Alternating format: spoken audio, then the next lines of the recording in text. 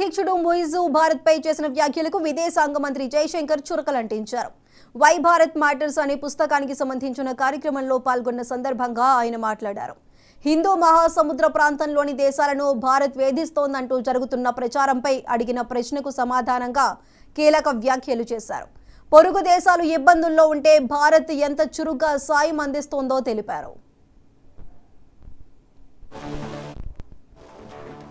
భారత్కు దాని పొరుగు దేశాలతో ఉన్న సంబంధాల్లో చాలా మార్పు వచ్చింది.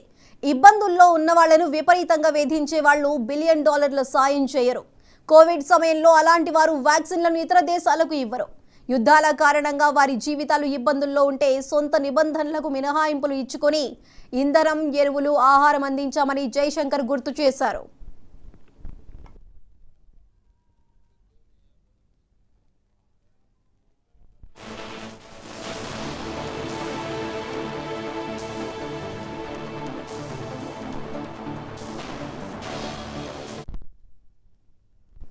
భారత్కు పొరుగు దేశాలతో సంబంధాలు గణనీయంగా మెరుగుపడ్డాయని జయశంకర్ వెల్లడించారు.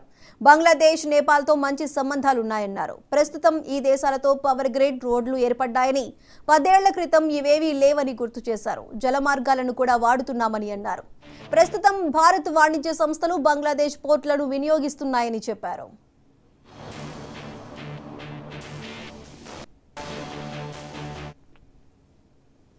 మమ్మల్ని వేధించేందుకు ఏ దేశానికి లైసెన్సులు ఇవ్వలేదని జనవరిలో మాల్దీవుల అధ్యక్షుడు ముయిజు అన్నారు. ఇది దౌత్యపరంగా సంచలనం సృష్టించింది. దీనికి ప్రతిస్పందిస్తూ తాజాగా జయశంకర్ ఈ మాటలు అన్నారు.